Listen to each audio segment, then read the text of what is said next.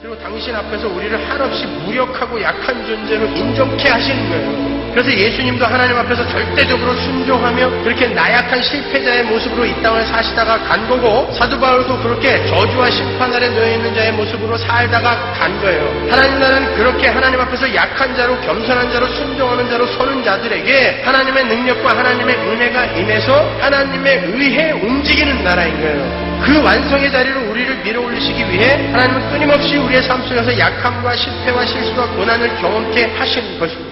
우리는 이 땅에서 우리의 옛사람이 내어놓는 그러한 더럽고 추악하고 어두운 소산들을 경험하며 거기에 치를 떨어야 돼요. 그리고 옛사람의 옷을 입고는 그러한 더럽고 추한 모습밖에는 보일 수 없는 우리의 그 연약함을 인정해야 돼요. 그럼에도 불구하고 우리를 구원하셔서 열심히 우리를 부익케 하시고 우리 안에서 우리의 옛 자아와 씨름하시면서 우리를 베델로 밀고 올라가시는 하나님의 열심 앞에 무릎을 꿇으시는 거예요. 그게 자기 부인인 것입니다. 하나님은 실패자를 나무라지 않으세요. 실수한 사람들을 탈락시키지도 않습니다. 요나가 하나님께 불순종했을 때 하나님이 요나를 버리지 않고 풍랑과 큰 물고기를 사용하셔서 결국 순종의 사람으로 만들어내셨다는 걸 잊지 마세요. 하나님은 당신의 일보다 당신의 백성 하나를 더 소중하게 여기시는 분인 거예요. 단순히 당신의 일이 목적이었다면 요나 같은 사람은 바다에 그냥 버리고 딴 사람 데려다 쓰면 되는 것입니다. 그런데 하나님이 기필코 그 사람을 고쳐서 쓴단 말입니다. 하나님의 목적은 요나에게 있었던 거예요. 거기에 부흥이 임하는 것입니다. 하나님은 당신의 백성들의 베델 입성을 위해서 그들의 옛자를 돌 위에 돌 하나도 남지 않게 완전히 갈아 없애버리십니다.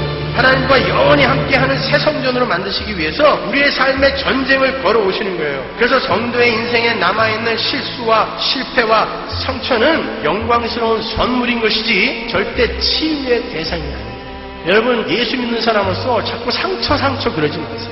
예수를 믿고도 나는 상처가 너무 많아요. 이 상처를 치유받아야 돼요. 이런 사람들 많이 있어요. 그 상처는 여러분이 치유받아야 할 것이 아니라 하나님이 여러분을 하나님의 백성으로 만들기 위해 여러분의 삶 속에 허락한 선물이란 말입니다. 예수 그리스도의 십자가가 부족해서 또다시 어디에 또 치유를 받으러 다녀야 돼요? 여러분, 제발 그 은혜를 생각하세요. 복음을, 십자가를 묵상하십시오. 그걸 이해하세요. 제발 예수를 이해하세요. 엉뚱한 걸 속지 마시고. 예수를 알고 십자가를 아는 이들이 절대 이렇게 살 수 없어요.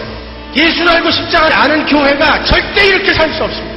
예수 그리스도의 십자가 복음이 뭔가 부족하단 말입니까? 그것 앞에서 무슨 상처가 있단 말이에요 도대체. 그 모든 상처가 여러분에게 선물로 주어진 거란 말입니다.